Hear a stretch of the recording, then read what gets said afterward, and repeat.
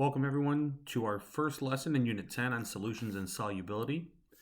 We're going to learn today exactly what makes up a solution. We'll take a look at a few different kinds. We'll take a look at different factors that affect solubility. And then we're going to use Table G to identify a few different types of solutions. If you remember way back, a long time ago in a chemistry class, very near, we learned about a mixture. And a mixture is made from physically mixing two or more components together without a chemical reaction occurring. They're kind of just in the same space at the same time. Now, solubility is all about the molecule-ion attraction.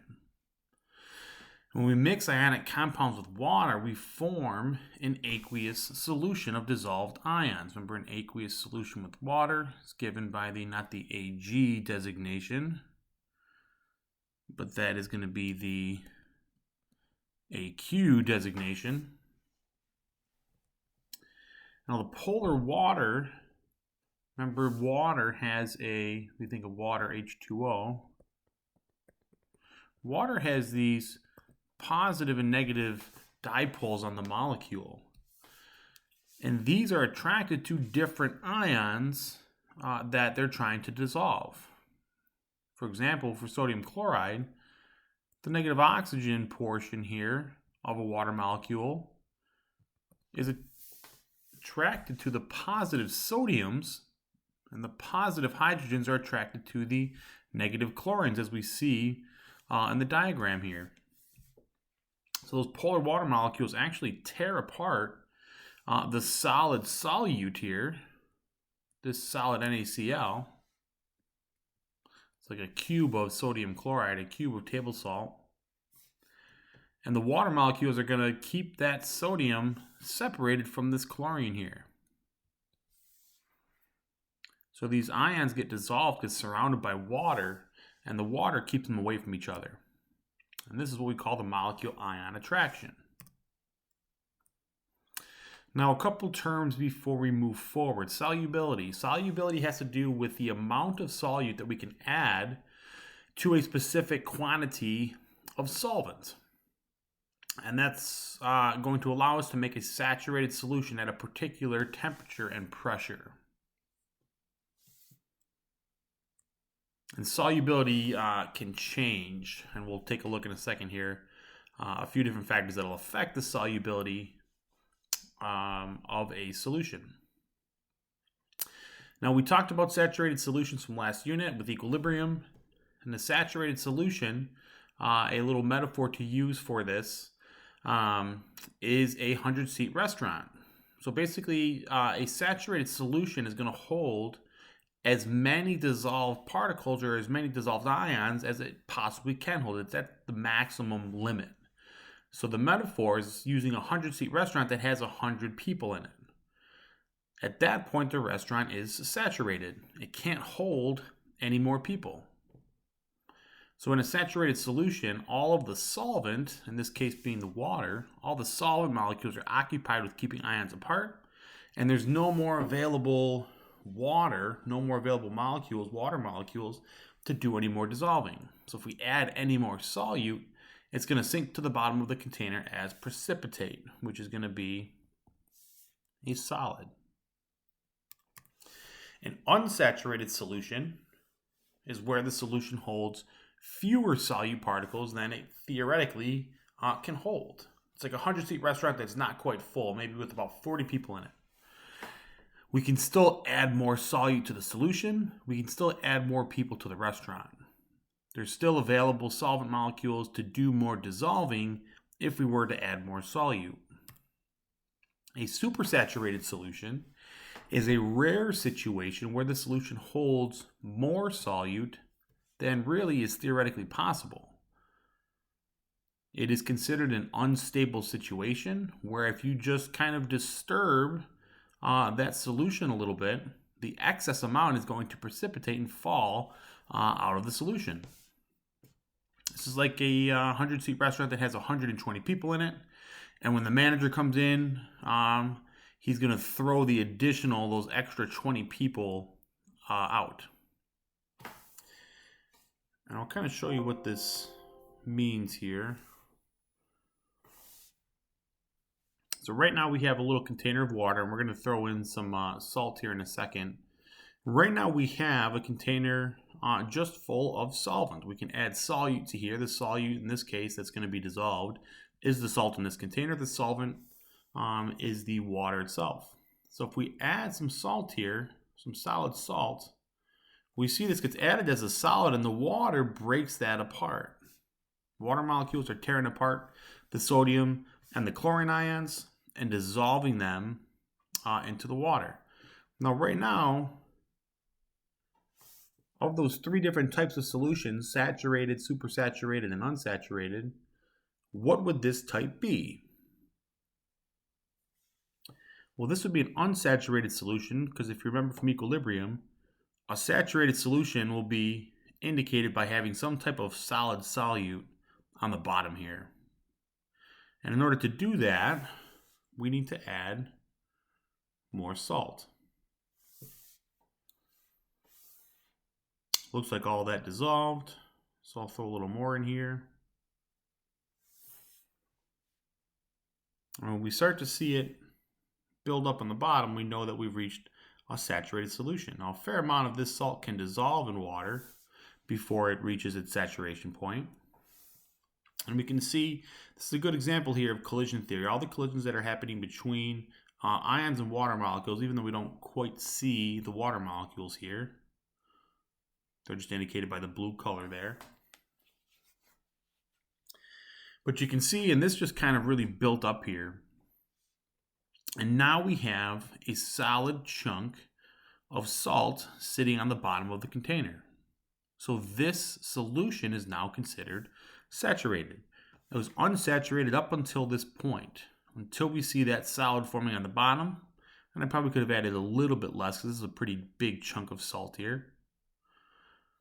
Now, if we wanted to make this unsaturated, we could either try and take some of this solute out, or we could add some more water. And if we add more water, we see that salt crystal here, the solid salt crystal, got a little bit smaller. So if we add a little bit more water,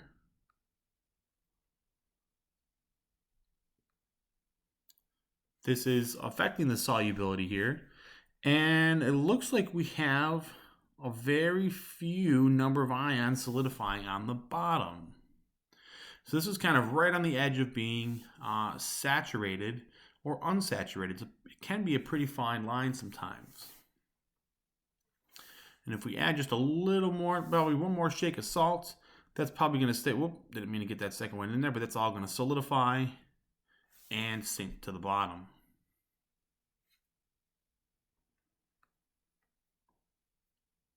So there's a little difference between saturated, unsaturated, and supersaturated solutions.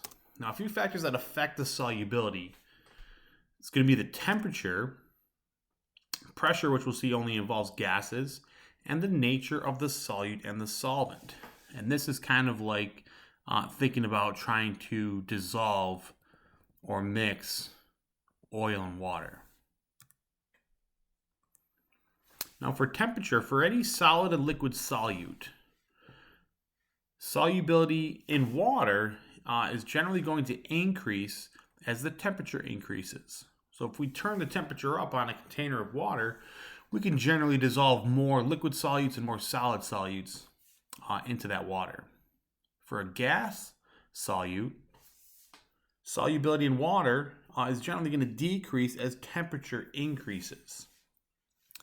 This is why the carbon dioxide in your soda can leaves and your pop gets flat fast when the temperature is warmer. If you open a can of pop on a summer day, it's going to stay carbonated for a shorter period of time compared to if you were to open it in the middle of winter. So the temperature of that actual water inside, the colder that is, the better chance the gas, the CO2, has of staying dissolved into that liquid. So pressure does not affect solid or liquid solutes. And for gaseous solutes, solubility increases as pressure increases. So the more pressure we have, the more gas we can force into a particular liquid. Now, the nature of the solute and the solvent, this has to do with polarity. So you got to think back about polarity or molecular polarity as opposed to the bond polarity. Now, water is a polar solute. It has one line of symmetry across its molecule here. Therefore, it's only going to want to dissolve polar or ionic solutes. And the phrase that we use for this is like dissolves like, meaning that a polar solute will dissolve in a polar solvent. So anything ionic is going to want to dissolve into a polar solvent. Nonpolar solutes are going to dissolve in nonpolar solvents. And a common example that's used is a benzene, which is a pretty common nonpolar solvent used. That has 6 lines of symmetry, which makes it a nonpolar solvent, which it can dissolve nonpolar solutes like plastic, which water can't dissolve. This would also mix with things like oil, any petroleum type product, propane, gasoline, a lot of different things. I've mentioned this before. If you ever get some type of oil spill on your driveway, one quick, easy way to clean that up is to use a rag with a little bit of gasoline in it to kind of wipe it down. And the gasoline, since both of those are nonpolar and nonpolar solutes dissolve in nonpolar solvents, the gasoline actually dissolves into the oil and it is easily removed off of the driveway. I always thought that was kind of interesting. Now, what type of solvent will iodine dissolve in? Well, let's see what a molecule of iodine looks like. Remember, iodine, part of Brinkelhoff, is I2. And we would have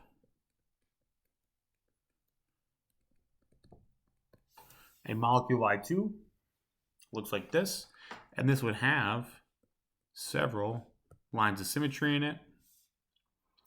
And this would be a nonpolar substance because it has more than one line of symmetry.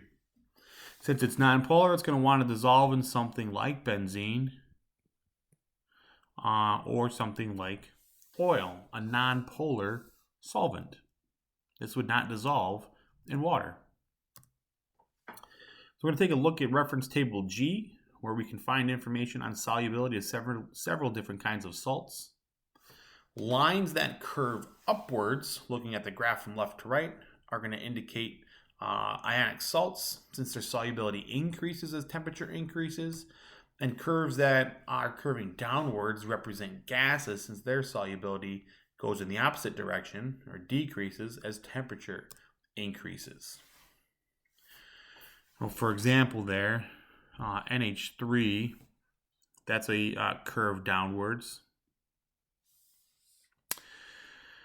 Curving upwards, most of these here, sodium nitrate, all those are increasing since they're solids being dissolved. In this case, everything here is like it were to be dissolved in 100 grams of water. So all of these are going to be polar solutes. There are no nonpolar solutes on here. And all of these values are in 100 grams of water. We'll take a look at, if we didn't have 100 grams, what if we had something else like 50 grams of water? So we'll see how we can tackle that as well. Our temperatures here only range from 0 to 100 Celsius. So just a little small sample here. So a little example, what's the solubility of potassium nitrate in 100 grams of water at 50 Celsius? Well, we first have to find the curve for potassium nitrate. It's curving upward, so this would be a solid solute because its solubility is increasing as temperature increases. And at 50 degrees, we trace a line up here to the curve of the salt that we're concerned with, or the solute that we're concerned with. And then we interpolate, trace back to the y, and we can find our solubility. So in 100 grams of water, we can dissolve 84 grams of potassium nitrate. That's almost a 1-to-1 ratio, which means potassium nitrate is very soluble in water at this particular temperature, at least. Now, what's the solubility of potassium nitrate in 50 grams of water at 50 Celsius? So same scenario, but we're not going to use 100 grams. We're going to use 50 grams. Well, like a lot of things in chemistry, this is all proportions. So if 100 grams of water holds 84 grams of potassium nitrate, what if we have 50 grams of water? How much potassium nitrate would that be? Well, we can cross multiply here. And what we get, since this is a proportion here, a ratio, if we decrease this by half, this is also going to decrease by half. So we set up a ratio there, and what we end up with is 42 grams. So half the amount in half the amount of water, which should hopefully make sense. Now, 60 grams of potassium nitrate were added to 100 grams of water at 50 Celsius. What kind of solution is formed? So at 50 Celsius, remember this is 100 grams of water, which is what table G is based on, how much solute in 100 grams of water, at 50 Celsius. So at 50 Celsius, it's going to give us a point right here. Now, this is falling beneath our curve for potassium nitrate. So if a point falls beneath, this is considered unsaturated. Because the point here on the curve, anywhere on this curve here, is going to indicate a saturated solution. So this 84 at 50 Celsius, we should be able to hold 84 grams. But we only have 50. So this would be considered an unsaturated solution. Well, there's two different ways that we can turn this into a saturated solution, and that's by getting this point up to here or over to here. So two different ways that we can do that. Number one, we can increase the amount of solute by adding 34 more grams, or excuse me, 24, not 34. This would be 24 grams. We can increase the amount up here. That'll get us up to this part in the curves at 50 Celsius, and that would make us a saturated solution. The second way we could do this is by decreasing the temperature. At a lower temperature, 13 degrees Celsius, if we decrease the temperature by 13 degrees Celsius, at 37 Celsius, we should only be able to dissolve 60 grams of potassium nitrate in our 100 grams of water. So two different ways. We can either add more or we can lower the temperature. Now, if we add 106 grams of potassium nitrate to 100 grams of water at 60 Celsius, what type of solution does this form? Well, that gives us a point right here on the line. And if it's anywhere on the line, this is a saturated solution. So if we get a point that's down on the line here, saturated. As long as it is on the curve, it is considered a saturated solution. Now, if we had 110 grams of potassium nitrate to 100 grams of water at 50 Celsius, gives us a point here. What type of solution would that form? Well, it's giving us a point that's above the curve. And if we have anything that's above the curve here, it's beyond what is theoretically possible. It's beyond the curve. So this is a supersaturated solution. Now again, there's two different ways that we can turn this into a saturated solution.